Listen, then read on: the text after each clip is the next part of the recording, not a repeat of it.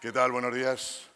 Bueno, en primer lugar quiero agradecer la invitación que me ha cursado Wolter Kluwer para participar con todos vosotros en este magnífico evento, durante el cual pues lo que voy a intentar es compartir un poco con todos, si me permitís, yo creo que nos tuteamos, ¿no? y más cómodo, con todos vosotros voy a intentar compartir pues, ese conocimiento o esa experiencia que he ido desarrollando con el tiempo sobre lo que es realmente algo sobre lo que hablamos todos y luego realmente es que practicamos bastante poco, que es la famosa fidelización del cliente y todo esto. Entonces, durante los próximos aproximadamente 50, 60 minutos, lo que voy a intentar es centrar esta charla en dos aspectos. El primero, el entender realmente cuál es el perfil del cliente. O sea, porque si queremos satisfacer a alguien, queremos fidelizarle, queremos hacer algo con él, lo primero que tenemos que hacer es entenderle. Y para entenderle necesitamos un par de cosas. Primero, saber el mundo en el que nos encontramos en este momento y cómo ese mundo y ese entorno que ha pegado unos cambios absolutamente radicales con respecto al siglo XX, algo que tenemos que reconocer, el siglo XXI no se parece en nada al siglo XX.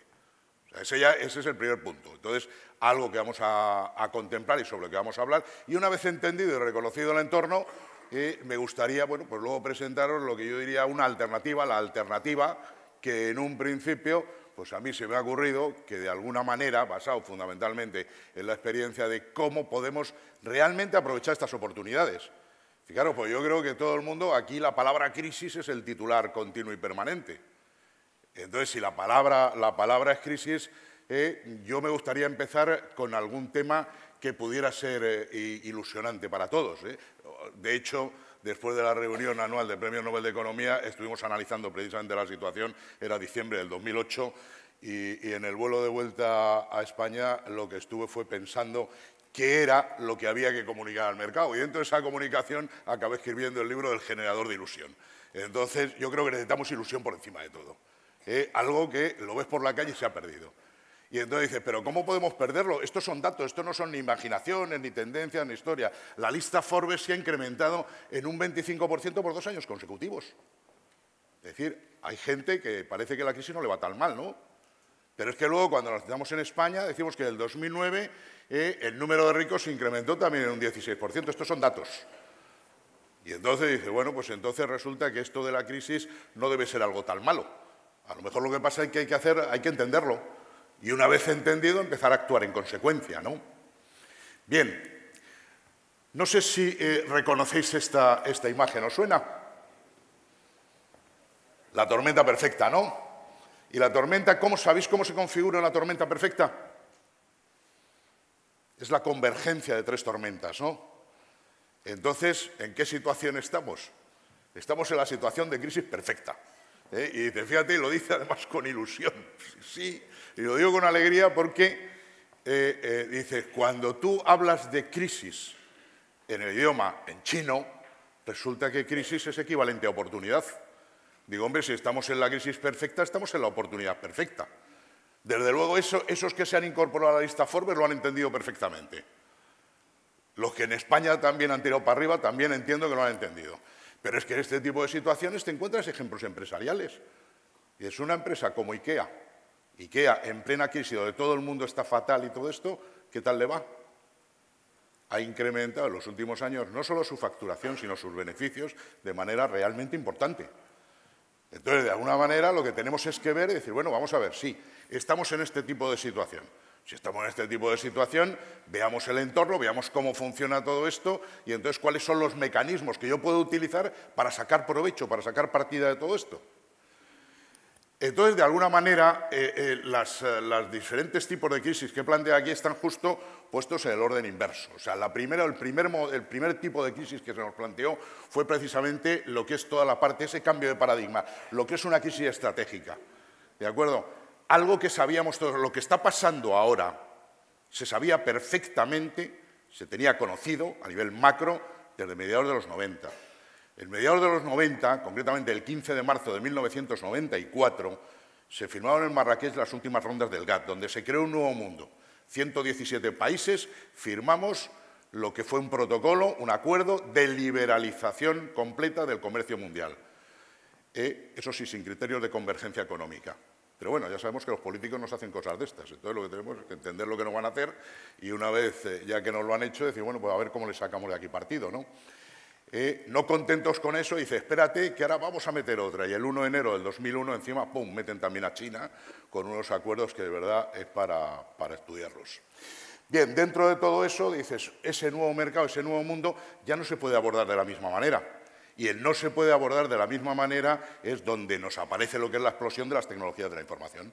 Es el momento, si recordáis más o menos, mediados de los 90, es el momento donde Internet realmente explota algo que no es una tecnología ni nueva en historia. Estamos hablando de tecnología, protocolo TCP/IP, lo más simple del mundo, década de los 50, ¿no?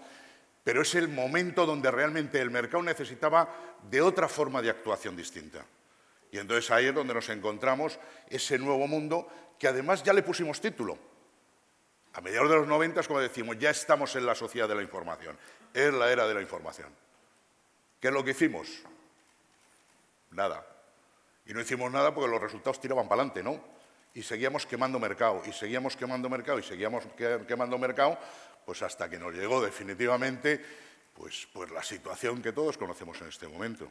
Y ahí es donde se nos produjo lo que es la crisis económica, donde lo que tenemos es un desequilibrio entre la oferta y la demanda brutal. O sea, la capacidad tecnológica que tenemos para producir bienes y servicios es, en algunos sectores, 1 millón de veces superior a lo que en un principio el mercado puede absorber. Esa es la tragedia. Porque luego, como consecuencia de eso, nos llegó la crisis financiera, que es el titular de todos los días, y todo esto. Pero la crisis financiera no es un problema. La crisis financiera, o sea, que se va a resolver, o sea, que no hay problema, que se resuelve. El problema en este momento lo que está discutiendo es quién paga la fiesta, eso sí. Y entonces estamos hablando un poco de cómo la resolvemos. Pero lo que tenemos que aprender es que una vez que esto esté resuelto, nos va a quedar esta de aquí. Y esta es la que tenemos que ser capaces de resolver. Para poder resolver y estar bien posicionado en este mundo, con ese tipo de situación, dices, si lo que voy a tener es competidores por todas partes. Es más, competidores que ni nos imaginamos. A cualquiera de los que estamos aquí nos pueden salir competidores ahora mismo en cualquier parte del mundo, por mucho que pensemos que es un negocio de proximidad.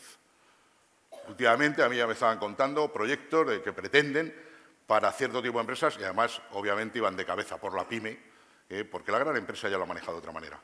Pero de cabeza por la pyme, donde había un proyecto que estaban intentando llevar la contabilidad de empresas de pyme desde Rumanía, por cuestiones obvias, ¿no? Una cuestión de costes, ¿no? Bien, entonces, ante esta situación, lo que hay que hacer es, bueno, pues, ¿qué hacemos? El que hacemos ya, os digo de entrada, ¿qué es lo que no hay que hacer? Lo que no hay que hacer es esperar. De esta no nos saca nadie. O sea, este es un tema que debemos tener absolutamente claro. A mí, cuando después de aquella reunión me preguntaban en algunas conferencias o en mesas redondas o en alguna entrevista, dice, bueno, y entonces, ¿y cuándo se va a terminar la crisis? Y mi respuesta es absolutamente tajante. El mismo día que tú quieras que se termine. En ese mismo día se termina para ti. No es que se termine, no, pues es que lo que estamos creando y lo que se ha creado de hecho es un nuevo mundo. Y estos son los paradigmas que tenemos. ¿Ves así de claro? Ahora bien, en el momento que tú quieras pegar el paso, en ese momento es donde se termina la crisis. Las salidas de esta es a nivel personal, individual. A nivel de empresa, individual. A nivel de país, lamentablemente, tiene que ser, bueno, no soy lamentable, afortunadamente, tiene que ser colectiva ya por las interconexiones que existe en toda la economía mundial. Pero lo que es desde nuestro punto de vista, a nivel nuestro, tenerlo perfectamente claro. Lo que hay que hacer es decir, no, yo voy a esperar a ver el cambio, a ver qué me solucionan, a ver. Olvidaros completamente de eso. Precisamente los que están dando los pasos para adelante son los que se están quedando con el mercado. ¿Y qué? ¿Es que se está vendiendo más en este país? No. Lo que pasa es que sus competidores están cayendo. Y así sucesivamente vamos analizando uno tras de otro. Yo he trabajado con una serie de empresas que me lo decía, dice, jamás en la vida podíamos pensar que podíamos estar en la situación en la que estamos. Claro, les movilizaba absolutamente. Y entonces, de repente, empresas absolutamente domésticas que estaban moviéndose a nivel tradicional y todo esto, pues se han encontrado que están utilizando la tecnología para posicionarse además internacionalmente. Ahí está la salida. ¿Qué ha pasado con sus competidores? Siguen esperando una subvención que nunca llega. Entonces, dentro de todo esto, Lo que hay que hacer es, primero, entender el entorno. Entender y dejarse, y a mí cuando se habla, no, es que a la gente no le gusta que se le den malas noticias, una historia, pero si no es dar ni malas ni buenas noticias, lo que tenemos que entender es dónde estamos, y estamos donde estamos. Entonces engañarnos, decir, no, pero esto es pasajero, esto... No, pues entonces, ¿qué haces? Si esto es pasajero y esto no es tan importante, esto se resuelve, ¿para qué me voy a mover? Lógicamente, ¿no? Entonces, no, tampoco hay que ser, digamos, absolutamente dramático en el sentido, esto no hay por dónde cogerlo. No, esto es lo que es. Y entonces, una vez que ya sabemos lo que es, vamos a pegar el salto y decir, bueno, vamos a ver, ¿cómo puedo pegar el salto por encima de esto? ¿Cómo puedo realmente superar una situación pues, que no hemos conocido hasta ahora? Si bien ya tuvimos el aviso, la prueba de laboratorio de lo que nos está pasando ahora, le pasó a Japón a comienzos de los 90. La crisis japonesa es una pequeña, digamos, prueba de lo que luego nos ha pasado a todos. Ya teníamos el modelo, ya sabíamos, insisto, lo que iba a pasar y luego actuar en consecuencia. Bien, ¿en qué mundo nos encontramos? Bueno, pues como decía, primero, centrando el mercado. Estas últimas rondas del GATT, que firmamos en Marrakech, que era la ronda de Uruguay, había comenzado en Punta del Este unos años antes, es la que, como digo, nos configura un mercado global. Si nos configura un mercado global, ¿por qué no estamos pensando ya directamente en él? Que no es que mi negocio es de proximidad, no, ¿qué igualdad? ¿Y no hay clientes parecidos a los tuyos en no sé qué parte del mundo? Vamos a por ellos. Un norteamericano ya está pensando, según las famosas grandes empresas, muy especialmente las tecnológicas, que empezaban en los famosos garajes. A lo mejor es algo que tenemos que hacer también en este país, construir más garajes, ¿no? Y a partir de ahí a ver si salen más proyectos de estos grandes, ¿no? Pero la diferencia entre el emprendedor norteamericano y nosotros es que el emprendedor norteamericano está buscando la gran multinacional. Todos sabemos que todo lo grande empieza pequeño, sí, sin duda, pero ellos ya están pensando en eso grande. ¿Nosotros en qué estamos pensando? Probablemente en ganarnos la vida. Me gano la vida de esta forma y me la gano bien y ya está. Esa es nuestra gran diferencia. Ellos pueden competir en un mundo global. Nosotros no, porque es que no tenemos ninguna intención de competir en ello. También es cierto, es un país en el que en el momento de ganas un poco de dinero, pues se vive magníficamente bien. Eso de alguna manera es un hándicap que tenemos, un hándicap maravilloso, pero al final un hándicap, ¿no? Bien, luego por si es poco, lo que nos están diciendo es que nos han venido ya, de golpe, ya los tenemos, unos 300 millones de nuevos consumidores también a este mercado mundial. 300 millones que nos vienen fundamentalmente de la India, nos vienen como 120 millones, unos 100 millones de China y así sucesivamente de todos estos países hasta completar esos 300 millones, ¿no? Bien, y dices, bueno, entonces tenemos acceso a un mundo global y además que es realmente enorme. Esos 300 se espera que lleguen a una cantidad de 1.000 millones extra de nuevos consumidores en los próximos años. Estaríamos hablando en el entorno de 10-15 años. Deberíamos llegar a tener, dentro de lo que sería la clase social que tire de la economía, aproximadamente 1.000 millones más. O sea que en un principio dice, bueno, entonces ya lo tenemos resuelto. No, bueno, primero a ver quién aguanta 10 o 15 años en esta situación, ¿no? Pero más allá de todo eso, es que seguimos todavía desarrollándonos tecnológicamente. Y nuestra tecnología nos lleva a todavía cada vez más desequilibrio entre oferta y demanda, y más desequilibrio y más desequilibrio. Con lo cual, pues lo que sabemos es que el nivel de competencia que existe es absolutamente brutal, porque además, como decía, no hay restricciones. Aquí ya no es un tema de coger y decir, no, bueno, pero aquí estamos dentro de nuestro entorno, de aquí no nos puede mover nadie. Que sí, que nuestros competidores en estos momentos están en cualquier parte del mundo. Yo recuerdo, hay aquí, además que no hay que ser grande, lo que hay que tener es la mentalidad de grande. Yo recuerdo una empresa española, no sé si la conocéis, Tecnove. ¿Os suena alguno Tecnove? Es una empresa, no le suena a casi nadie, no me extraña. O sea, es pequeña, es una pyme, tiene 100 y pico empleados. Está ubicada, es que está mal ubicada, o sea, pero como muy mal, está en Ciudad Real, no está ni siquiera, está como a 20 minutos de la carretera nacional, y todo esto, o sea, dices, tiene todos los ingredientes para ser como mucho una compañita local y para ahí, ¿no? Eso sí, lo hacen, se dedican a hacer cajas especiales para los camiones, todo esto que veis, las UBIs móviles, los coches de seguridad, esos camiones que aparecen en la vuelta ciclista, ¿no? Que empiezan a echar paredes por todas partes y montan unas cargas espectaculares. Eso es Tecnove, eso es lo que hacen, lo hacen magníficamente bien. Ahora, resulta que ¿a quién se le puede ocurrir que se puede ser un competidor mundial?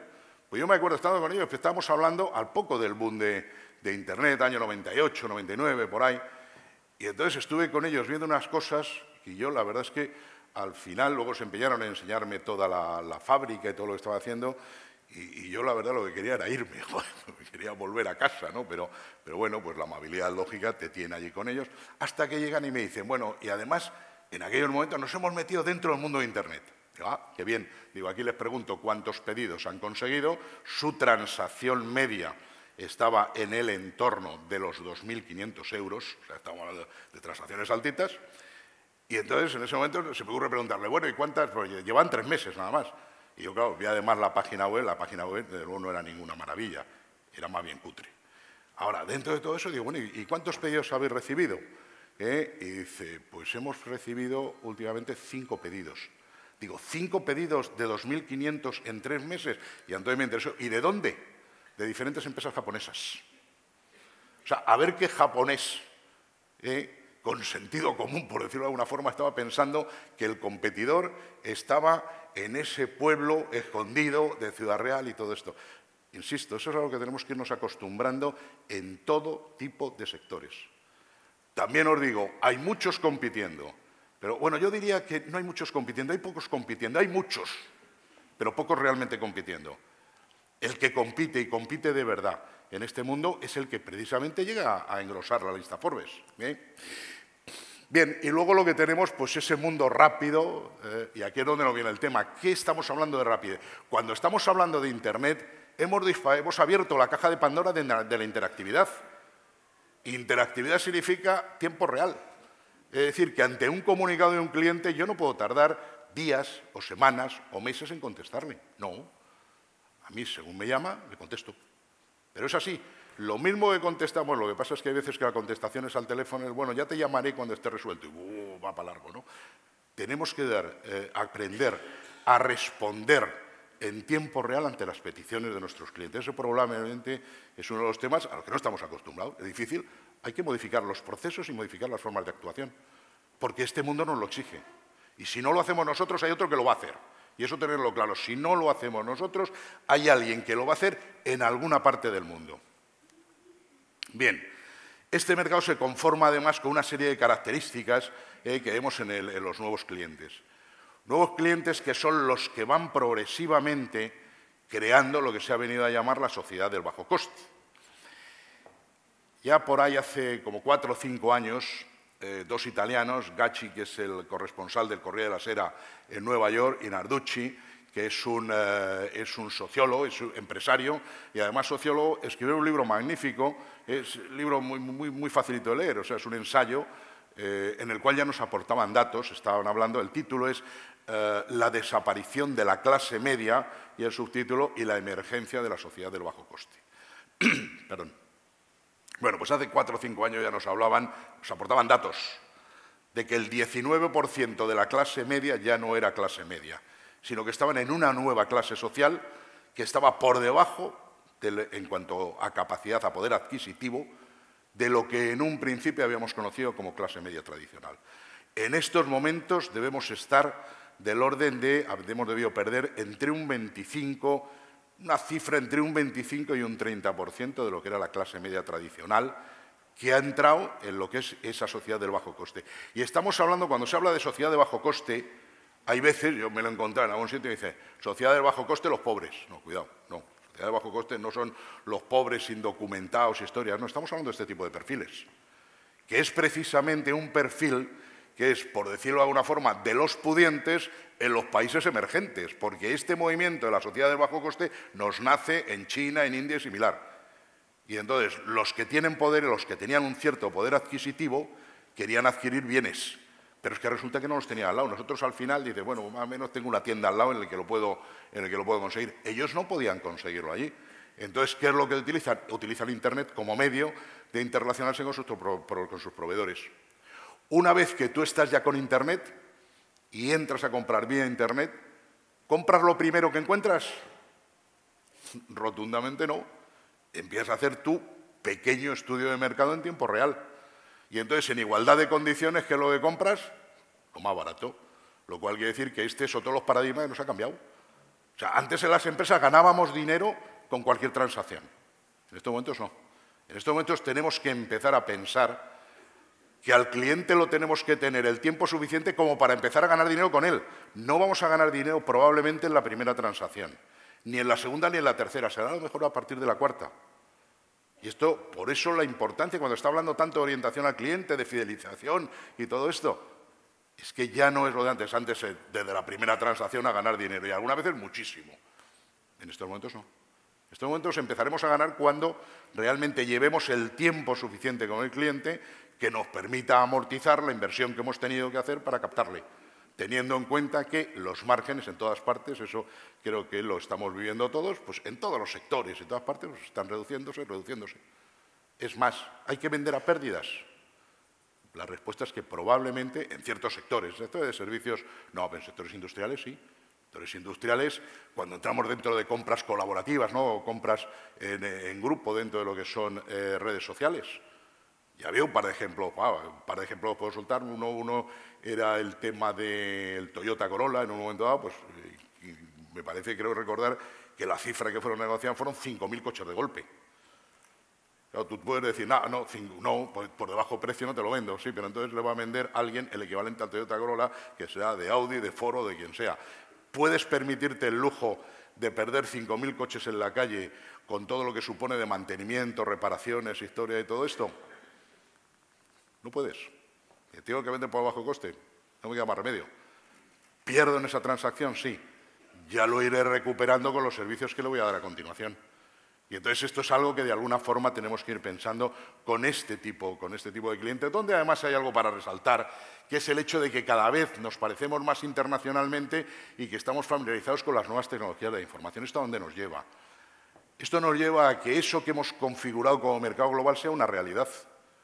Si tú te posicionas en un segmento en tu mercado doméstico, cada vez más competencia, mejor tienes que posicionarte, más variables para segmentar, segmentos más pequeños. Pierdes economías de escala.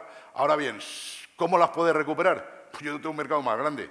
¿Podemos replicar el segmento donde estamos en cualquier parte del mundo? ¿Sí o no? Lo digo con toda seguridad, sí. Entonces, bueno, entremos a trabajarlo. Pero es que ahora tenemos herramientas para trabajarlo. Antes no, antes tenías que desplazarte, antes tenías que poner oficinas, ahora no necesariamente. Ahora podemos hacer todo por la red. Bien. Bueno, entonces esto nos ha llegado a un mercado donde se configuran una serie de nuevas clases sociales, donde si antes teníamos la clase alta, la media, dentro de la media alta, media baja y luego la clase baja, bueno, pues en estos momentos ya nos plantean los sociólogos que dicen, no, primero tenemos una clase aristocrática, luego tenemos esa élite tecnológica y luego entramos ya, ¡pum!, la sociedad masiva. ¿De acuerdo? Sociedad masiva que es la que está reemplazando progresivamente, como os decía, a lo que ha sido la clase media. Una sociedad masiva que está buscando, eso sí, bienes en plan aspiracional. Y entonces nos encontramos empresas, esa industria que ha nacido del bajo coste, que precisamente pues, responde ante estas necesidades. Estábamos hablando, es decir, ¿quién volaba hace unos cuantos años? Volaba la gente rica, ¿vale? Y de hecho se le llamó la jet set, ¿no? ¿Quién vuela ahora? Todo el mundo. ¿Por qué? Porque un billete de avión ya no vale dinero, vamos, vale, pero muy poco. Aunque bueno, todos los compran por ahí, yo nunca encuentro tan baratos como dicen por ahí, pero parece ser que los hay, ¿no? Bueno, es así. Pero es que dice lo mismo, ¿quién hacía antes un crucero? Pues los súper ricos. Joder, ahora un crucero, bueno, ahora ya creo que además después de los últimos hechos que había por ahí, creo que hasta te lo regalan, ¿no? Y te pagan porque vayas y digas, qué bien lo he pasado, ¿no? Bueno, entonces, de alguna forma es esa sociedad masiva. Esa es la que está marcando la pauta y la que va a marcar la pauta del siglo XXI. Ahí es donde lo tenemos. Y ese es el mercado que tenemos que trabajar. Y entonces, si estamos hablando de que están buscando, ¿qué están buscando aquí? Mirad, antes del año 2007, cuando se hacían todos los rankings de, bueno, ¿y qué es lo que quieren los clientes? Hablaban de servicio, hablaban de calidad y hablaban de precio. En estos momentos, en todos los estudios que se hace, sale la primera, precio. Segunda, precio. Tercera, precio. Y luego ya seguimos con la calidad y el servicio de antes. O sea, cuando digo precio, me dicen en un caso precio, descuentos y ofertas. Digo, bueno, o sea, precio y precio, ¿no? Y entonces dice, sí, pero no me puedes bajar además el servicio que me estabas dando. ¿De acuerdo? Esto es lo que tenemos que ser capaces de manejar. Tenemos que aprender a ganar menos más veces. O sea, hasta ahora hemos dicho, no, mira, Y hemos tenido, joder, la cultura, el pelotazo, todos. Yo el primero, que si podía ganar mucho más, pues eso, pero como estos señores, ¿no? Cuando me han traído aquí me han apretado, pues he tenido que ganar menos. Pues ¿qué lo vamos a hacer? Para ser la vida. Y bueno, pues daremos más conferencias, más sistemas, más de todo esto. Pero es lógico, pues, ¿de acuerdo? Por el tipo de sociedad en la que realmente estamos, ¿no? Bueno, y luego tendremos ya esa clase trabajadora y definitivamente la clase pobre, ¿no? Lamentablemente, dentro de todo esto, lo que está creciendo más es precisamente toda esta parte de aquí. Y esto es a lo que tenemos que acostumbrarnos. El gap se va estirando cada vez más y lo sabemos a pesar de que aquí esté incrementándose de forma espectacular, pero se incrementa de forma espectacular, pero todavía con entornos muy pequeñitos. Sin embargo, esto es lo que lamentablemente se está incrementando y se está incrementando más. Bueno, pero es que entonces tenemos que responder a estos, que no podemos seguir vendiéndoles a quien no existe. Estos son los que existen, ya no existen los de antes. Ya no existe esa clase media que llegaba y presumía de lo caro que le había costado las cosas. Ah, fíjate, me he comprado esto carísimo, mira, ¿qué te parece? Y tal. Lo mismo era horrible, pero efectivamente había sido muy caro. Sin embargo, ahora la gente, ¿de qué presume? De lo barato que lo ha comprado. O sea, a mí cuando me dicen algo, ¿cuánto te ha costado? Digo, no te lo digo. Y no te lo digo porque no quiero, porque sé que me va a decir, ah, pues mira, yo lo he encontrado mucho más barato que tú. Pues como me da rabia, no se lo digo y ya está. Pero es que de verdad ahora presumimos de eso. Fíjate, he encontrado el chollo. Cosa que era lo opuesto a lo que presumíamos antes. Esto es lo que tenemos que ser capaces de aprender a manejar. Bien, entonces, ¿qué es lo que debemos hacer en este entorno? Entonces lo que debemos hacer es actuar en consecuencia. O sea, y lo que os digo es, entendiéndolo bien, lo que hay que hacer, yo creo, para tener éxito de verdad, yo diría que lo que hay que hacer por encima de todo es ser coherente, no más, y tampoco hay que hacer grandes maravillas ni nada de esto, ¿no? Para que te vaya bien, eres coherente, entiendes dónde te estás moviendo y luego actúas de forma sistemática y con eso yo te diría que lo tienes prácticamente todo ganado. Luego, si además de eso, claro, si además de eso eres un crack, entonces te sales absolutamente. Pero yo diría, no hay que buscar esos crack historias, que sí, que los hay, estupendo, y serán los que engrosen la lista Forbes. Nosotros nos quedamos en las puertas, bueno, pues ¿qué vamos a hacer? Pues nos quedamos en las puertas, ¿no? Pero, de alguna manera, como os digo, entender perfectamente dónde estamos, olvidarnos de lo que ha habido, olvidarnos de lo que nos ha gustado, olvidarnos de lo que nos gustaría. Ser realistas y decir, esto es lo que tenemos. Y para manejar esto, ¿qué tenemos que hacer? Y el que tenemos que hacer, pues yo creo que está en la mente de todos. De entrada, trabajar más. Pero yo diría, más que trabajar más, diría trabajar mejor. Y muchas veces vender menos en vez de vender más. Hay que aprender a vender mejor. Hay que aprender a ganar menos. Y de, joder, pues ya sí, o sea, vamos a tener que vender mejor, o tenemos que hacer las cosas mejor, ganando menos dinero. Sí, pero más veces. Entonces, el secreto aquí donde va a estar es en el más veces, el multiplicador, siempre.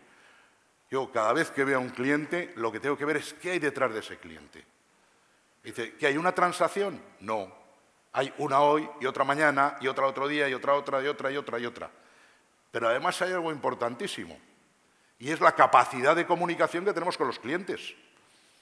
¿La gente está aislada? La gente no está aislada, además la capacidad de comunicación que tenemos es absolutamente espectacular. Entonces, ¿qué es lo que tenemos que conseguir? Tenemos que conseguir movilizar a esos que son clientes tuyos, a esos que realmente se encuentran satisfechos, esos que están contentos contigo, a esos tienes que movilizarlos. Y les tienes que decir, oye, ayúdame y sácame de esta. O sea, ¿yo te intereso como proveedor? Bueno, pues si te intereso como proveedor, échame una mano, porque es que si no voy a desaparecer, venga, échame una mano y ponte. Podemos crear una red de ventas espectacular, ¿eh? O sea, imaginaros que tengas 200 clientes. Si de 200 clientes eres capaz de movilizar porque están contentos, porque están satisfechos, llega un momento que existe ya una cierta relación. En ese momento, ¿puedes movilizar a un 10% de ellos? Yo creo que un 10% es una cifra más o menos razonable. Insisto, cuidado, si estás haciendo las cosas bien, ¿eh? Si no hay satisfacción, olvidarlo. Pero si hay satisfacción, un 10% lo movilizas. Un 10% de 200 son 20, ¿no? Ya tienes 20 vendedores en la calle gratis. Y eso es lo que sabíamos y hacíamos de toda la vida. Yo recuerdo cuando era pequeño, no sé si era... es que no sé si existía el Ariel, bueno, me imagino que sí, ¿no? Pues uno de esos detergentes y tal. Y yo me acuerdo cómo terminaba el anuncio. Y el anuncio va a terminar, ¿le ha gustado a usted? Está blanco, blanquísimo y todo esto. Y dice, ¿y a quién se lo ha dicho? ¿Se lo ha dicho a su vecina? Y resulta que ahora hablamos de fidelización y se nos ha olvidado el tema de decir, no, oye, hay que movilizar, a los clientes hay que movilizarlos. Y Eduardo dice, no, habla bien de mí, tienes que hablar bien de mí. ¿De acuerdo? Bien. Bueno, entonces yo aquí concretamente esta actuación, como os digo, quizá por mi deformación como físico, ya habéis oído, soy doctor en economía, pero soy licenciado en físicas. Entonces eso me lleva a actuar con unas ciertas metodologías y todo esto, de tal manera que lo que he planteado es una forma de actuar sistemática en la cual estoy contemplando, lo primero, el cliente como foco, eso sin duda de ningún tipo, está claro. Ahora bien, contemplo lo que son contemplo dos dimensiones. La dimensión de marketing, en la cual estamos hablando de, primero, seleccionar a los clientes. ¿Cualquiera puede ser mi cliente? La respuesta es no. Que yo he dirigido redes de ventas y he vendido toda mi vida y sigo vendiendo y todo esto, y decirle que no a alguien, joder, cuando ya además lo puedes tener vendido, si te he vendido fácil, te voy a decir que no. Es duro, es complicado. Yo sé que soy de los que ha dicho muchas veces que no, pero porque lo veía, vamos a ver, las empresas no viven del ingreso que tienen, viven del dinero que ganan. Entonces, si yo tengo a alguien que voy a ingresar por el 10 y me va a costar 20, pues la hemos fastidiado. Y hay que ir, para evaluar esto, hay que ir un paso más allá de la contabilidad, porque tenemos muchos costes ocultos que no tenemos dónde contabilizarlos. Entonces, si nos quedamos con lo que contabilizamos, en estos momentos la forma de gestionar se nos queda corta. La contabilidad es el punto de partida, pero tenemos que ir a dar un paso más allá. ¿Qué otros costes tenemos que en un principio para los cuales no tengo ningún apunte contable? Y esos tienes que evaluarlos. Y con esa evaluación es como tienes que ver al cliente. Entonces, cuando estamos hablando de identificar y seleccionar al cliente, es un tema que es donde vamos a marcar lo que puede ser el éxito o el fracaso de nuestra empresa. Y de ojo, tengo una cantidad de clientes enormes. Y eso sí, y además pierdo por cada uno de ellos 200 euros al mes. Joder, pues fíjate qué maravilla. Ojo, ojo con los ingresos. Que sí, que claro, necesitamos ingresos. Si no tenemos ingresos es un desastre. Pero que esos ingresos, que al final la cuenta de resultados nos salga en positivo. Bien, entonces, lo primero, identificarlos. Una vez que ya los tenemos identificados, nos vamos a la fase, ya tenemos que conquistarlo. Conquistar a un cliente no es que lo conquisto hoy. Es hoy, mañana, pasado, al otro, de forma recurrente, y entramos en este círculo virtuoso de conquista, vinculación, hasta que llega un momento que realmente ya está vinculado, ya nos ve como la alternativa. Si encima de estar vinculado está con un nivel de satisfacción suficiente, es el momento de dispararle, es decir, a movilizarle. Pues si sabéis, la palabra fidelización no existe. Sabéis que la palabra fidelización no existe, es un acrónimo. Si tú escribes fidelización en un ordenador, te dará siempre falta ortográfica, ¿no? Y entonces es que viene del acrónimo fidelidad más prescripción, es la suma de los dos. Dice, realmente la acción de fidelización es que tengo un cliente que está haciendo transacciones repetitivas, pero además está hablando bien de mí en el mercado. ¿De acuerdo? Teniendo en cuenta que estamos hablando de entorno tecnológico. Cuando estamos hablando de entorno tecnológico, lo que llamamos Internet, por principio, lo que genera siempre, por principio, infidelidad. Dice, entonces, ¿cuál es, de alguna forma, ese grueso de cliente que podemos encontrarnos? El grueso de cliente que podemos encontrarnos va a ser uno que no necesariamente va a repetir con nosotros, no lo sabemos. A lo que sí estamos seguros es que si hace una transacción con nosotros, se lo va a contar a muchos. Yo, mira, trabajando con una compañía una agencia de viajes por Internet, me acuerdo que más o menos en abanicos de 2 horas teníamos unos picos de demanda espectaculares, o por el contrario, teníamos unas caídas absolutamente en picado. Digamos, ¿qué es lo que está pasando ahí? Pues lo que estaba pasando ahí es que en un principio, los que entraban por la red y empiezan a mirar cuál es la oferta. Daba la casualidad de que la mejor oferta era la nuestra, la de nuestra empresa. Compraban y se lo decían a todos sus amigos. Se nos disparaba la oferta. 2 horas, ¿por qué? Porque la competencia estaba mirando y automáticamente contrarrestaba, claro. Otras veces se nos caía plomo a mirar cuál es la oferta estrella hoy, en este momento, con lo cual, pues automáticamente contrarrestabas y todo esto. Entonces, ese es el tipo de cliente que vamos a tener. Ese cliente que nos puede realmente vender nuestra empresa o nos la puede hundir. Ese valor adicional, ese valor indirecto que nos puede generar es absolutamente espectacular. Entonces luchemos por él y movilicémoslo. Ahora bien, para conseguir que todo este proceso vaya adecuadamente, ¿qué es lo que tenemos que hacer? Soportar de verdad lo que es nuestro conjunto, nuestra empresa, con una estructura que sea coherente, con una estrategia, sí, definida. Yo no conozco a ninguna empresa en estos momentos que no diga que está orientada al cliente, todas están orientadas al cliente. Yo, lamentablemente, con la mayoría de los proveedores que tengo, pues lo que conocemos de los móviles, la electricidad, todo ese tipo de cosas, pues sí, pues menos mal que están orientadas al cliente. Joder, porque si no, pues no sé, me insultarían o me pegarían o algo de esto, porque lo demás es un desastre. Entonces, aquí hay un problema. El éxito de la estrategia no está en su enunciado, el éxito de la estrategia está en su implantación. Nos lo tenemos que creer y tenemos que ponerlo en marcha. ¿De acuerdo? Entonces, bueno, pues dentro de todo esto, lo primero, como os digo, establecer una estrategia que estemos dispuestos a desarrollar a nivel organizativo. A mí, cada vez que me dicen, nosotros hemos cambiado y de una estrategia de orientación interna hemos pasado a una estrategia de orientación al cliente. Primera pregunta que hago, ¿y cuál es tu horario ahora? Y digo, el mismo de antes. Vale, empezamos. Si antes estabas orientado internamente, establecerías tú el horario que era más adecuado para tus procesos internos. Si ahora estás orientado al cliente, tu horario debería ser el que se adapta a la actividad del cliente, ¿no? Y pues no. Bueno, vale, empezamos. Luego, incluso deciros, ya cuando entras en políticas retributivas, en historias y tal, y todo esto, seguimos todavía pagando, no sé, por decir una cantidad, un 5% por la primera transacción con un cliente nuevo y luego por transacciones repetitivas con el mismo cliente un 2 o un 3%. ¿Y estamos orientados al cliente y a la fidelización? Si le estás diciendo al vendedor, captar nuevos clientes. Por eso, cada vez que se enuncia esas estrategias de fidelización, lo que vemos son empresas lanzadas a la captación más brutal que hay. Claro, porque lo que estamos es premiando la captación, aunque digamos que lo importante es la fidelización. Hay que ser coherente, eso no funciona, esa incoherencia no funciona. Bien, y entonces, después de todo esto, hay que generar esa cultura de que, ¿verdad?, el cliente es importante. Que no vayas a la máquina de café, que ese es uno de los centros de observación estupendos, lo que es la centralita, recepción y la máquina de café. Y llega la máquina de café en esa empresa en la que todos están orientados supuestamente al cliente y tienen carteles por todas partes, el cliente es lo más importante del mundo y tal. Y llegas ahí, según están tomando café, joder, pues va un imbécil, ya me ha llamado 3 veces en esta mañana, es que estos clientes ni se enteran, joder, está la tonta. Y total, por 100 euros que nos paga al mes. Oiga usted, ¿cómo que 100 euros que le paga al mes? ¿Cuántos años dice que lleva pagándole 100 euros al mes? Ah, que lleva 10 años pagándole 100 euros al mes, pues eso ya me sale, 100 por 12 me salen 1.200, por 10 me salen 12.000, ya no son 100 euros, son 12.000. ¿Cuánto dice que además va a durar? ¿Otros 10 años más? O sea, usted está poniendo en peligro los 12.000 siguientes que tiene por ganar, ¿no? Bueno, bien, entonces, y luego, por supuesto, apoyándonos en la tecnología.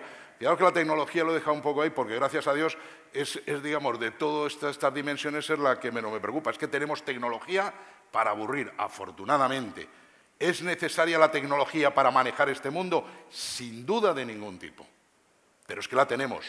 Y lo que tenemos es que utilizarla adecuadamente para soportar todo lo que seamos capaces de haber hecho, ¿no? Entonces, como decíamos, el recorrido, primero, cuando estamos hablando de identificar clientes, estamos hablando de que son con aquellos con los que gano más dinero y puedo ganarlo durante más tiempo.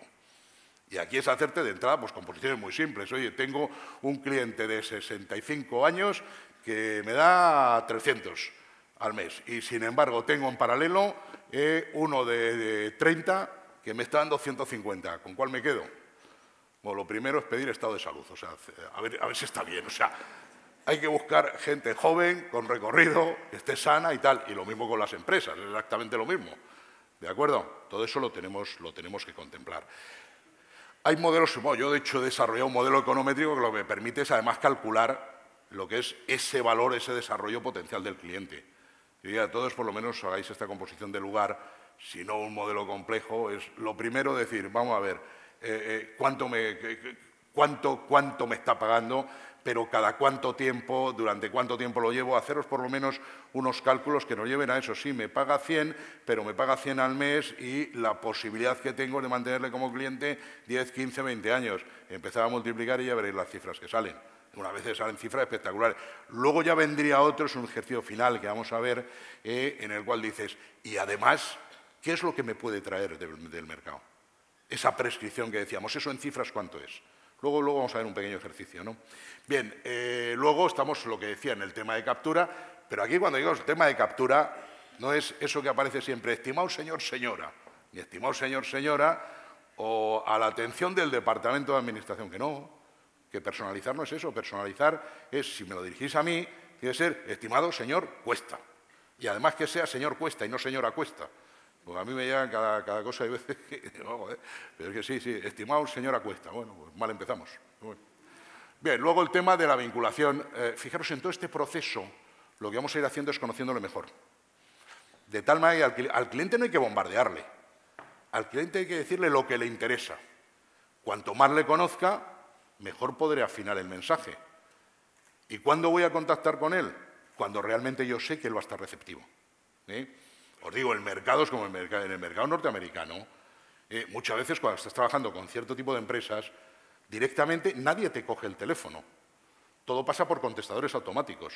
Y entonces la gente escucha y dice, este no para decir tonterías, ese no lo responde nunca. ¿De acuerdo? Al cliente hay que entrarle, hay que contactarle, no de forma continua, sino hay que contactarle cuando realmente tienes algo que en un principio tiene valor para él, no para ti, sino para él, que es importante para él. Y eso lo vamos a hacer si lo vamos conociendo a lo largo del tiempo, y luego aquí es donde digo, y ahí le movilizamos y pedimos que haga algo por nosotros, ¿no? Bien, dentro de todo este proceso me gustaría al menos hacer hincapié solo en un par de cosas, ¿no? Por un lado sería lo que es hasta qué punto tenemos que conocer al cliente y por otro lado ver cómo le podemos satisfacer plenamente. La verdad es que ahora que lo veo casi suena un poco sexy, ¿no? Pero bueno, pues también tenemos que ser sexys con los clientes, ¿no? Bien, cuando estamos hablando de conocer al cliente, ¿hasta dónde vamos? Al cliente hay que conocerle de arriba, abajo y de izquierda a derecha. Hay que saber todo. Estamos hablando de datos identificativos, todos lo sabemos quién es, cómo se llama, en fin, todas estas cosas. Cuando hablamos de datos de contacto, ¿qué es lo que se le pide normalmente? Teléfono, diferentes tipos de teléfono, el de casa, el de la oficina, el móvil y tal, la dirección de correo electrónico, dirección postal, y ya está, ¿no? Más o menos. ¿Solo contactamos a nuestros clientes de esta manera? O de vez en cuando, a alguno de nosotros se nos ocurre, hombre, podríamos poner unas cuñas de radio y tal. ¿En qué radio? Es que eso es una forma de contactar con ellos. Tenemos que poner un anuncio. ¿En qué revista? ¿En qué periódico? Tenemos que saber qué revistas, qué periódicos leen. Si se nos ocurre y queremos poner algo en televisión, ¿qué programas ve? Resulta yo, hace poco, con una empresa, me acuerdo que les hicimos precisamente el estudio de sus clientes que veían, y entonces lo que veían era Antena 3 y Telecinco. Ellos estaban poniendo todos los anuncios en la 4 y en la 6. Y me cago en Dios, por uno habéis fallado. Luego lo que pasa es que se empeñaron, sí, es verdad, pero luego es que se empeñaron en el tema de, dice, es que nos sale más barato. En eso momento dice, mal vamos, o sea, vamos a ver. En las empresas no se pueden tomar decisiones por si te sale más barato o más caro. La empresa tiene que tomar decisiones de si es rentable o no es rentable. Y dices, esto no es rentable, por muy barato que sea, no hagas nada. Joder, invítale a comer o invítale a cenar, seguro sacan más rendimiento de poniendo un anuncio que no lo van a ver. ¿De acuerdo? Entonces, juguemos con eso, de verdad busquemos ese punto de rentabilidad. También recientemente en esto, fijaros, me preguntaban sobre una promoción que querían realizar y me decían, Félix, ¿tú qué opinas? ¿Le hacemos mejor, ponemos un descuento en directo o hacemos un sorteo? Mirando, digo, bueno, ¿cuál es el índice de ludopatía de vuestros clientes? Ya, pues no sabemos, digo, pues haced lo que queráis. ¿Tenemos que llegar a saber el índice de ludopatía de nuestros clientes? Depende en qué sector nos estemos moviendo. Ellos, concretamente, estamos hablando del sector de consumo, sí tenían que saberlo. ¿De acuerdo? Tenemos que saber, todo eso es lo que realmente tenemos que saber. Fijaros, también, siguiendo con el tema de la empresa de la agencia de viajes. En la agencia de viajes nos interesaba mucho saber cuál era el destino más habitual. Claro, se lo preguntamos, y a los clientes lo que hay que hacer es preguntarle las cosas. No, cuidado, claro, lo de ludópata no se lo preguntas a las primeras de cambio. ¿No? ¿Cómo está usted? ¿Usted ludópata? Pues no se lo preguntes. Pero si tenemos un recorrido con el cliente, a lo largo de ese recorrido le vamos a ir pudiendo preguntar cada vez cosas más íntimas si primero ve que existe una confidencialidad total y absoluta. Como haya filtración, hemos muerto, ¿eh? O sea, más allá de lo que diga protección de datos, me da igual. Hay que ir por encima de las reglas que nos pone ya protección de datos. O sea, la confidencialidad plena. Lo más mínimo que se escape automáticamente nos machaca. Pero más allá de todo eso, el planteamiento de coger y decir, cada vez que tú me des una información, yo te voy a dar un beneficio por esa información que me das. No hay que regalar ni gorras, ni paraguas, ni bolígrafos, ni mecheros. Lo siento si hay aquí alguna empresa que se dedica a ese tipo de productos, pero lo que hay que hacer es dar algo que realmente vaya como premio a la información que me has dado. Y entonces, dentro de esto llega, y me acuerdo, pues les preguntamos cuál era el destino más frecuente. Y dentro del destino más frecuente decían, Cuenca. Pues Cuenca, pues bien.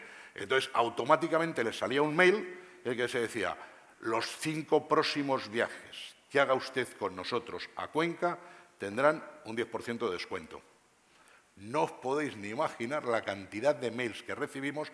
Oiga, no sé por qué debe haber algún error porque mi viaje, mi destino más frecuente no es Cuenca, es París. Ah, bueno, pues vale.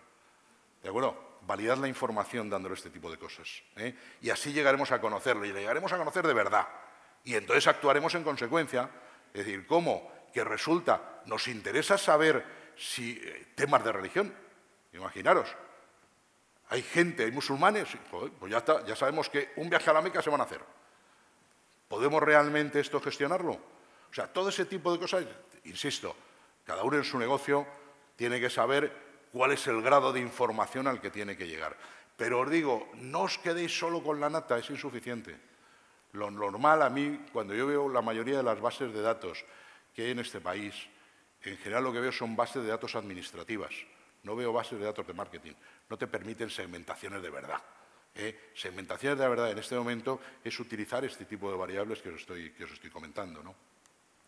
Bien, en el caso de una empresa, pues lo mismo. En el caso de una empresa lo que pasa es que tenemos que desdoblar y por un lado tenemos que hablar de los identificativos de la empresa y demográficos de la empresa y luego tenemos que entrar en todo lo que son los psicográficos de las personas. Recordar que en toda la relación con empresas se habla siempre en negocio, empresa, empresa. Vamos a ver. Negocio, empresa, empresa, por decirlo de alguna forma, si apuramos un poco, no existe, porque lo que existe siempre es negocio entre empresas, entre personas que están ocupando un cargo normalmente con carácter temporal dentro de una empresa. Entonces, sí es cierto que vamos a manejar la empresa como cliente, pero tu cliente de verdad va a ser ese contacto individual. Por eso la importancia que tiene el decir, yo no me puedo dirigir a la empresa dirigiéndome como el departamento X, no. Me tengo que dirigir como esa persona que es a la que me quiero dirigir, que tiene ese puesto en esa empresa. Porque si no, entre otras cosas, imagino que vosotros lo haréis en vuestras empresas, será lo que llegue de forma así al departamento tal, pues lo tiras directamente. Bien, dentro de todo esto, ¿para qué queremos conocerle tan a nivel de detalle? Para producir comunicaciones de este tipo. ¿Sois capaces? ¿Podéis leerlas? Sí. Tomaros unos minutos, por favor, y darle una ojeada a esta carta.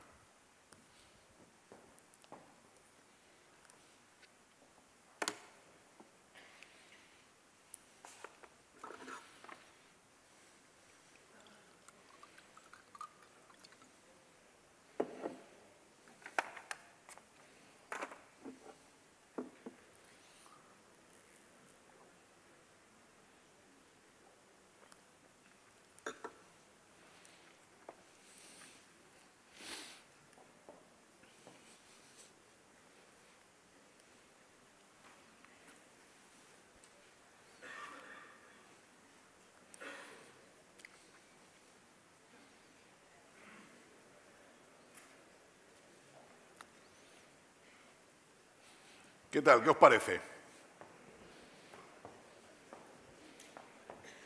Cuando estamos hablando de respuestas ante campañas de este tipo, ¿de qué porcentajes de respuesta estamos hablando normalmente? Hago un mailing y tengo 0,3, bueno, 0% hay un chorro, pero 0,3, 0,7, no sé por qué alguien dijo una vez el 1% y todos hablan del 1%, es una cifra, bueno, por decir cualquier cosa. ¿Qué porcentaje de respuesta tuvo esto? 84% de respuesta. Y si os dais cuenta, tampoco hay datos muy raros. Cuando tú empiezas a preguntar aquí cosas, dices, bueno, empezamos. El nombre del marido. Es un dato muy raro, muy difícil, o sea, pues tampoco es tan raro de conseguir, ¿no? Parece normal. La dirección es normal si has tenido que hacer algún tipo de envío o lo que sea. Bien, el tema de lo que es el cumpleaños de la esposa. Pues si tú tienes una relación normal, no le preguntes en qué fecha ha nacido, en qué año, pero sí en qué fecha, ¿no? Dime el día y el mes, o sea, que tampoco tiene ningún problema. Que le gusta la ropa de escada es una relación habitual y normal que tiene, pues sabe que le gusta. Que resulta que su talla es la 8, bueno, primero que el color azul es el preferido, pues eso es lo que es una relación normal, se sabe, tampoco es ningún dato, del tema de, digo, ningún dato extraño. Que su talla es la 8, obviamente lo tienes que tener también registrado, ¿no? A partir de ahí, luego saber que en el histórico, pues que ha comprado un traje vino tinto y que ya llegará el estilista y dice, el azul este le cuadra con el vino tinto y tal, estupendo. ¿Qué datos raros o temas extraños hemos pedido? Esto es una relación normal en el día a día. ¿Qué es lo que hay detrás de todo esto? Una cultura de tomar nota. O sea, que el post-it y el bolígrafo Bic son, desde luego, unas herramientas que inventaron que son maravillosas y lo que hay que hacer es utilizarlas. Y entonces, en los ratos que te das, seguro estás hablando con alguien y dices, joder, tengo una cantidad de gente que no...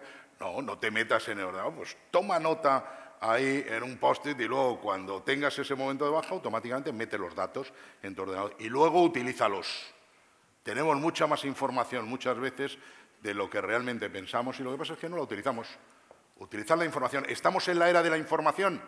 Si estamos en la era de la información, lo mismo que en la era agrícola, lo importante eran las patatas y los melones. En la era industrial, el producto, pues en la era de información tiene que ser la información. Entonces, cada vez que tenemos un contacto con un cliente, siempre se produce una transacción que tradicionalmente no hemos guardado, que es una transacción de información. En muy poquitas se producen transacciones económicas. Transacciones de información siempre, pero no la notamos. Como no la notamos, una vez más, vamos al cliente, bueno, ¿a por qué cliente vamos? ¿Cómo? ¿De qué manera? Bueno, no sabemos. Pero si en la relación día a día tienes que saberlo de arriba abajo. Yo me acuerdo con esto, trabajando, no sé si recordáis la cadena IDEA de electrodomésticos, que luego se unió con Master a través de una compañía de capital riesgo, bueno, ya el resultado pues desaparecieron, ¿no? Entonces, yo me acuerdo pues hablando con su director de marketing, pues no sé cómo salió el tema, pues que mi hijo se iba a casar. Y entonces me acuerdo y dice, hombre, oye, entonces nosotros le amueblamos todo el tema de electrodomésticos y tal. Digo, no, pues muy bien, pues sí. Y entonces la pregunta automática es decir, ¿de cuántos de vuestros clientes lo sabéis? De ninguno. Cuidado, IDEA tenía un porcentaje de tiendas de barrio realmente importante. Lo sabían perfectamente los empleados. Los que estaban, los dependientes, claro que lo sabían. Pero claro, como nadie les había dicho que eso era importante, pues ellos lo sabían y ya está. Pero sabían pues dentro del barrio, dentro de su entorno, quiénes se iban a casar, si estaban remodelando las casas, historia y tal. ¿Qué hacían por vender? Nada. Sentados, la tienda vacía y esperando a ver si viene alguien y entra. Que no, que estamos en un mundo activo. Porque si no te mueves tú, se va a mover el de al lado. O sea, eso ya es una decisión, digamos, de cada uno de nosotros. Desde luego, lo que os dije, lo que no podemos es quedarnos sentados. En este momento, o damos los pasos para adelante, o los va a dar, insisto, y no necesariamente el de al lado, que te va a venir alguien de alguna parte del mundo, sin moverse de su sitio, pero que te va a entrar vía red, y en ese momento te levantan los clientes. Entonces tienes que ser tú el que pegues el movimiento, y levántaselos tú a él. Si ellos lo pueden hacer contigo, ¿tú no lo puedes hacer con ellos? Pues exactamente igual. Aquí lo que se trata es dar los pasos para adelante. Bien, entonces el segundo aspecto, una vez que ya conocemos bien al cliente, decimos, vamos a entrar en ese proceso de satisfacción. Lo primero, aquí ya el profesor Parasuramán lo que nos está diciendo de la forma esta de conseguir ventaja competitiva estable es construyendo relaciones. ¿Y cómo construimos relaciones? ¿Vendiendo hoy, mañana, pasado y al otro? Sí, pero más allá de todo eso, siempre a través de un servicio excelente. O sea, que cada experiencia que tiene el cliente con nosotros salga disfrutando, salga satisfecho. Que esa sea la tónica normal. Bien, entonces el profesor Parasuramán junto con la profesora Zeidman y el profesor Berry crearon lo que es un estándar de medición, porque lo mismo que la calidad se mide muy bien en producto tangible, claro, en el tema de servicio de los intangibles, pues no sabíamos muy bien cómo medirlo. Entonces, estos tres profesores se tiraron 20 años desarrollando un modelo que se ha llamado el modelo SERVQUAL, en el cual tiene una serie de criterios que junto con lo que es esa comunicación entre clientes, esas necesidades de cada uno de nosotros, esa experiencia, qué experiencia hemos tenido con esta empresa en el pasado y todo esto, y lo que es la publicidad que estamos haciendo, nos configura digamos, internamente, qué esperamos del servicio de esta empresa. Y luego, por otro lado, lo que vemos es, con estos criterios, tal como están evaluados y aplicados, vamos a lo que es el servicio percibido. ¿De acuerdo? La diferencia entre ambos es la calidad percibida de servicio. Y la calidad percibida de servicio es la calidad percibida de servicio por el cliente. Da igual lo que tú pienses. Joder, si hemos dado un servicio excelente, si el cliente piensa que no, no lo has dado, has fallado. Porque a lo mejor tú has pensado que es importante lo que para el cliente no es importante. Y dice, ¿y cómo sé yo lo que el cliente es importante? Para lo que el cliente es importante, conociéndole. Conociéndole. Que cuando no le conoces, ¿qué es lo que negocias con el cliente? Precio. Si yo no quiero negociar contigo precio. Yo lo que quiero negociar contigo es seguridad. Yo tengo que tener la seguridad y tengo que tener confianza en ti. Si me das seguridad y me das confianza, tienes el negocio a un precio razonable. Pero claro, si no le conoces, negocias precios. Si estamos dejando de ganar un montón de dinero. Y estamos dejando de ganar un montón de dinero porque, insisto, si no conoces al cliente en una negociación, negocias precio.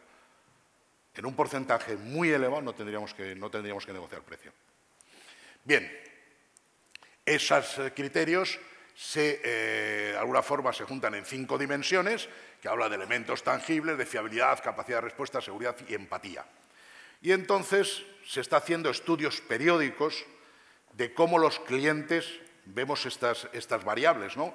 Y entonces, bueno, ahí tenéis la definición y dice, ¿cuál es la ponderación? ¿A qué dan importancia realmente los clientes? Y entonces lo que sale es que lo más importante para los clientes, la fiabilidad, 32% de peso específico. La capacidad de respuesta es el segundo, con el 22%, la siguiente es la seguridad, con el 19%, y así sucesivamente la empatía y los elementos tangibles.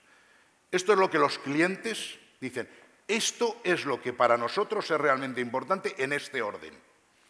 Y entonces llegamos y lo dice, y ahora vamos a ver si eso es para vosotros lo importante. Estamos hablando de lo que es una media absolutamente multisectorial. Todos estos estudios lo que deben valer siempre es para despertarnos. Luego cada uno lo tiene que hacer en su empresa y con sus clientes, ¿eh? O sea, a mí no me gusta decir, bueno, esto es un estudio global y tal, entonces con esto tirar. No, esto que os sirva para decir, mira, los clientes en general buscan esto y ahora vamos a ver lo que le damos. Luego, en mi empresa en particular, con mis clientes en particular, ¿qué quieren? ¿La fiabilidad en este orden o no? O sí, eso tendréis que verlo. Bueno, pero en este estudio, como os digo, visto el ranking, ¡pam!, vemos la realidad. Y si os dais cuenta, parece que está hecho aposta, le hemos pegado justo la vuelta. Y entonces resulta, donde mejor somos, era el que menos se valoraba, ¿no? En el único que aprobamos, los elementos tangibles. Claro, eso se compra, se pone un buen sillón y ya está, ¿no? Después, el siguiente punto que era importante era la fiabilidad. Pero nosotros aquí, el segundo punto es la seguridad, ¿vale? Que era precisamente el cuarto. Perdón, sí, efectivamente. En definitiva, le hemos pegado la vuelta a la tabla. Y si antes para nosotros lo importante era la fiabilidad, la capacidad de respuesta, la seguridad, la empatía y los elementos tangibles, aquí si os dais cuenta, lo mejor salen los elementos tangibles, luego la seguridad, luego la empatía, luego la capacidad de respuesta y luego la fiabilidad. Hemos dado la vuelta realmente a la tabla. Entonces, ante este tipo de situación, ¿qué podemos esperar? ¿Podemos esperar clientes como aliados? ¿Podemos esperar clientes que van a estar hoy, mañana y pasado al otro con nosotros? Estarán con nosotros mientras no les quede más remedio. De ahí que hay ciertas compañías, como es lo primero que hace, es intentar crear una barrera de salida fuerte, contrato con penalizaciones. Orientación al cliente, eso sí, usted cuando entra, 24 meses, aquí firma una retención de 24 meses. Eso funciona a los 24 meses. Y luego lo pierdes. Lo pierdes. Y además los datos, me imagino que tendréis todos en mente de qué sector estoy hablando. Lo que es la rotación neta entre los 3 primeros del sector es por encima del 40%. Esa es la rotación neta de clientes que están teniendo. ¿De acuerdo? Volver a recapturarle, ¿qué significa? Inversión que tienes que hacer y dinero que tienes que meter otra vez. Pero lo que pasa es que no lo tenemos apuntado en ningún apunte contable. Bien, yo os puedo decir, en mi experiencia, de alguna manera, ¿qué es lo que realmente se puede llegar a conseguir de un cliente? Hubo una época en la que fui vicepresidente mundial de una empresa que nos dedicamos a todo el tema de racionalización y transformación empresarial.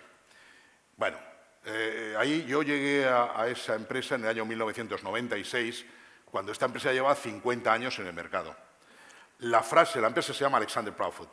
Es una empresa que intenta pasar por razones obvias desapercibida por el tipo de proyectos que se abordan. Se trabaja fundamentalmente con el Top 500 y dentro de ese Top 500, 400 y pico son clientes repetitivos, ¿no? Bueno, dentro de todo esto, el tema, lo que yo me encontré allí, es que entre el 80 y el 90% de la facturación que hacíamos nos venía referenciada de nuestros propios clientes.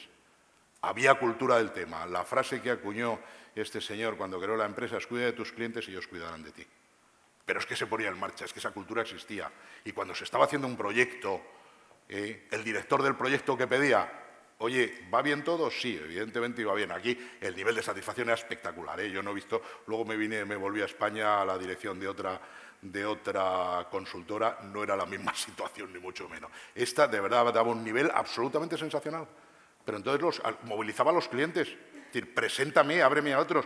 Y si te das cuenta, esta es una hoja de seguimiento donde al cliente, una vez que se terminaba, no se había terminado. Llevaba todo un recorrido con él. Y entonces permanente se le iba: dame más negocio, preséntame al cliente. Pero el preséntame al cliente es: descuelga el teléfono delante de mí, llámale y dile que me reciba. ¿De acuerdo? Insisto, eso se puede hacer si el nivel de satisfacción es realmente alto, ¿no? Si no, es imposible. Bien, y entonces ya para terminar, lo que me gustaría sería presentaros lo que es un ejercicio que he estado haciendo con la gestoría que lleva mi tema laboral. Fiscal. Entonces, esto es dentro de un grupo más grande. Bueno, esto total. Estuvimos haciendo el ejercicio de decir, bueno, un poco qué dinero hay detrás de todo vuestro negocio si lo movilizáis, ¿no? Entonces, concretamente, este hombre tiene 170 clientes, hizo la valoración de satisfechos, muy satisfechos, historias, y después lo que aparecen son las probabilidades de movilización, que eso lo sabemos a través de los estudios que existen al respecto. De tal manera que entonces decimos, vamos a ver, ¿cuántos prescriptores positivos potenciales tenemos? Decimos, los muy satisfechos, o sea, de 270 multiplicaremos por el porcentaje de muy satisfechos y por su porcentaje de movilización, que sería multiplicado por 0,5 y 0,5. Los negativos, bueno, estaríamos luego los satisfechos multiplicando por 0,3 y por 0,25, ¿no? Y de ahí sale un número de prescriptores positivos, potenciales. Hay 55 de esos 170 que estarían dispuestos, si les pides que hablen bien de ti y que se lo comuniquen a otros, estarían dispuestos a ello. Luego, por otro lado, en este caso en concreto me decían, no, mira, es que si no se me van, o sea, en este negocio los tengo satisfechos, es que se van directamente. Pero bueno, me puede quedar más o menos, y además, bueno, es que repasamos, de hecho, los clientes que tenéis, de mira, 1% salen insatisfechos. Volvemos a hacer la multiplicación y nos salen 2 que en un principio se moverían para intentar hundirnos en negocio, ¿no? Bien. Dentro de todo esto, aquí hay estudios que existen de forma, esto sí sería también, en la medida de lo posible, tenéis que verlo en vuestro negocio, ¿no? Pero entonces, el que habla bien se lo dice a 10, el que habla mal se lo dice a 20. Entonces, aquí tenemos impacto potencial de posibles clientes. Estos son, insisto, estudios que existen por ahí, ¿no? Bien, entonces, aquí ya el impacto potencial en el cliente, si vamos haciendo las multiplicaciones, nos saldría 500, o sea, que va a llegar en el mundo tradicional a 550 clientes potenciales, mientras que en negativo a 40, con lo cual estaríamos hablando de, nos daría por este camino un neto potencial de 510 clientes nuevos. Lo multiplicamos por el fee mensual y por el tiempo medio de vida, en este caso por el tipo de empresa que está manejando, lo tiene estimado en 15 años, y ya nos saldría un potencial de negocio que pueden generarnos esos clientes, ese neto de clientes satisfechos, de 22.950.000 euros. Ahora decimos, y ahora nos vamos al mundo virtual. Y entonces, dentro del mundo de Internet, volvemos a replicar con todos los datos que existen. ¿De acuerdo? Aquí, evidentemente, por el tipo de cliente que tenía, el 100% utiliza Internet. Ahora bien, dentro de todo eso, ¿cuáles son las cifras que vemos que entran en redes sociales, que emiten opiniones, que además lo entienden como importante y todo esto? No tenía lo que era la media, los seguidores que sus clientes tenían en Twitter ni en Facebook. Esto es una media que existe en España, número de seguidores medio en Twitter 130, amigos en Facebook 150. Teniendo en cuenta la dispersión de edad que hay, sabemos que había una parte de concentración de que eran suficientemente mayores y no entran en redes sociales. Lo dividimos por 2. Hacemos todos los cálculos correspondientes con todos estos datos y al final nos llega a una afectación potencial neta de 663. ¿De acuerdo? Lo cual nos lleva a un impacto potencial neto de la misma manera de 29 millones y pico. Es decir, resumiendo, tenemos 55 de esos 170 que se movilizarían para hablar bien de nosotros, 2 que intentarían destruirnos. Por otro lado, el impacto neto de clientes de lo que provocan estos sería 510 en el mundo tradicional, 673 en el mundo virtual, total, nos vamos a un total de 1.173 que multiplicado por los valores correspondientes nos lleva a que en un principio movilizando a los clientes que se van a movilizar, que se pueden movilizar ahí, de momento nos pondrían, que luego hay que pelearlo, o hay que buscar el ratio de conversión, pero de momento nos podrían abrir puertas por un valor aproximado de 50 millones de euros. ¿De acuerdo? No es que te lo van a dar, ahora ya lo tienes, pero ya no es puerta fría. Ya has entrado de la mano de alguien. En un tema de asesoramiento, ¿cuál es la forma de entrar por la puerta grande en un cliente? Cuando vas de la mano de otro. Yo os digo, en aquella, entre el 80 y el 90% nos venía precisamente de que los clientes nos llevaban de la mano. Y ya para terminar, resumen, ¿qué es lo que tenemos que entonces que hacer? ¿Cuáles serían las claves del éxito en este momento? Lo primero, identificar y seleccionar de verdad a nuestros clientes. Insisto, en el sentido de que ganemos con ellos mucho dinero y durante mucho tiempo. Esa es la historia. Simplificando, cuantificar el valor. O sea, ver lo que hay detrás de cada cliente, eso nos va a hacer actuar de forma distinta. Si realmente vemos los 50 millones, ¿nos movemos de forma diferente a si vemos los 250 euros al mes? Pues es que siempre vemos, joder, el fee mensual, 250 euros, que no, que son 50 millones. Yo alguna vez haciendo algún ejercicio de estos en alguna empresa, de verdad he visto a la gente cambiar de color. Entonces, cuando veía esta cifra, ¿por qué había cambiado de color? Acababa de insultar a un cliente seguro. Ya, total, por 250 euros, venga ya, hombre, te va a aguantar tu tía, ¿no? Pero que no son, que es mucho más, ¿no? Bien, luego hay que conocerlo. ¿Hasta dónde tenemos que llegar a conocerle? Hasta el último detalle. Cuidado, no de golpe. Esto es una cuestión de tiempo. Ir preguntando de las cosas más normales y las más light a lo que sea realmente más profundo, más confidencial. ¿De acuerdo? Después de eso, el servicio impecable en función de lo que espera. No de lo que nosotros creemos que espera. Siéntase con el cliente y dice, ¿tú qué esperas de mí? Hay veces que hay con algunos clientes que es difícil saberlo, pero bueno, pues no saben ellos muy bien lo que quieren. Pero a eso les tienes que llevar de la mano hasta que sean capaces de decirte de verdad lo que a lo mejor en las primeras de cambio no pueden explicar. Que bueno, esto es lo que espero, dáselo. Y eso se lo tienes que dar. Y una vez que se los das, utilízalo, movilízalo, que fijaros de las cifras que estamos hablando, y es gratis. O sea, ¿todo lo gratis es bienvenido? Entiendo que sí, ¿no? Y más en estos momentos. Pues vamos a por ello. ¿De acuerdo? Muy bien, pues esto es lo que en un principio tenía previsto compartir con vosotros. Espero que os haya podido servir de utilidad y como un punto de reflexión. Y que, bueno, pues ya sabéis que la crisis, yo creo ya se ha terminado hoy, ¿no? Para todos nosotros. Mucha suerte. Gracias. Muchas